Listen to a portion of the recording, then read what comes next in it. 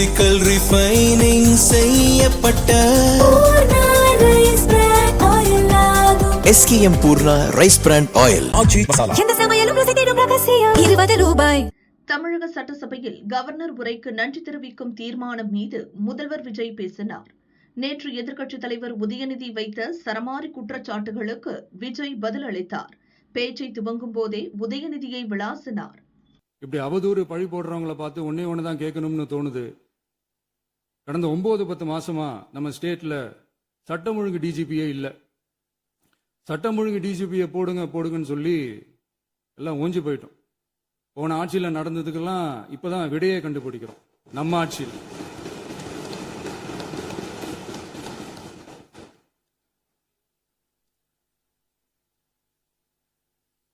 இந்த போதைப் பொருள் நடமாட்டம்லாம் தாறுமாறா அப்படியே பரவி கொட்டி கிடக்குது. இதெல்லாம் இனிஷியல் ஸ்டேஜ்லயே யார் கண்ட்ரோல் பண்ணியிருக்கணும்? போலீஸ் டிபார்ட்மெண்ட் அப்போ யார் கையில் இருந்தது?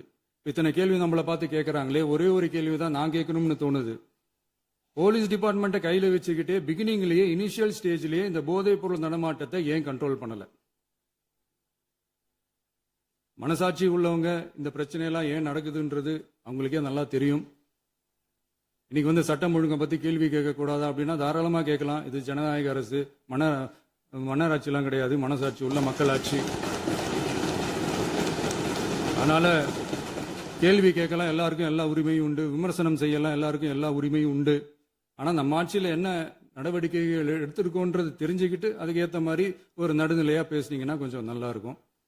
சட்டம் ஒழுங்கை பத்தி யாருக்கு என்ன யோசனை இருந்தாலும், மக்கள் நலனுக்காக யாருக்கு என்ன யோசனை இருந்தாலும் அதை தாராளமாக சொல்லலாம். நம்ம அரசு அது காது கொடுத்து கேட்கும். ஆனா நம்ம அரசனுடைய நிர்வாக திறன் அதை பத்தி பேசுறவங்களுக்கு இந்த ஊரடிச்சு உலையில போட்டு ஊழல் மேல ஊழலா செஞ்சுக்கிட்டு அதுல இருந்து தப்பிக்கிறதுக்கு பேர் தான் நிர்வாகத்திறன் அப்படின்னு சொன்னா, அப்படிப்பட்ட ஒரு ஊழல் செய்யற நிர்வாகத்திறனை நம்ம அரசு ஒரு நாளும் செய்யாது. பொட்டி பெட்டியா பணத்தை வச்சுக்கிட்டு, பெட்டியை வச்சே எல்லாம் செஞ்சுக்கிட்டு, போதைப் பொருள் பாதுகாவல் கழக மாடல் அரசாங்கம் செஞ்ச ஒவ்வொரு ஊழலா வெளியில வந்துகிட்டு இருக்கு. டாஸ்மாக்ல அது என்னப்பா அது பேரு,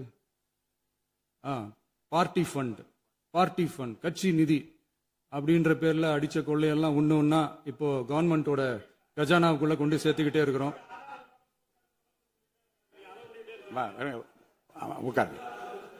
மாண்புமிகு முதல்வர்கள் பதிலுரைக்கு பிறகு நேரம் தரேன். அப்ப பேசட்டும், அவங்க பேசட்டும், அவங்கள பேச அனுமதி. உட்காருங்க.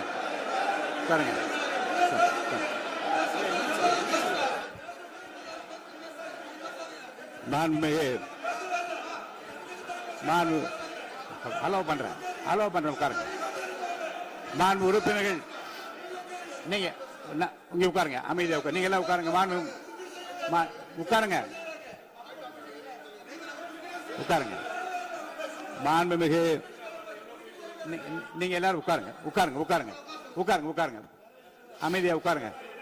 இருங்க, உட்காருங்க. அப்புறம் நீங்க என்ன உட்காருங்க, நான் கொடுப்பேன். உட்காருங்க, நான் பாயிண்டா வர கொடுங்க, நான் கொடுக்குறேன். உட்காருங்க.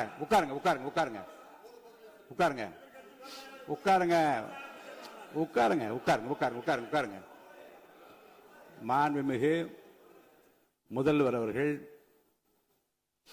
கோர்வையாக நிதானமாக சொல்லிக்கொண்டே இருக்கிறார். நீங்க குறிப்பெடுத்து வைத்துக் கொள்ளுங்கள். பேசி முடித்தவுடன் நான் உங்களுக்கு அவகாசம் தருகிறேன். நீங்க ஒண்ணா சொல்லுங்க, என்ன என்பது நீங்க சொல்லுங்க. உங்க சொல்லுகிற வாய்ப்பை நான் உங்களுக்கு தருகிறேன். இப்போது மாண்புமிகு முதலமைச்சர் உங்கள் உரையை தொடரலாம்.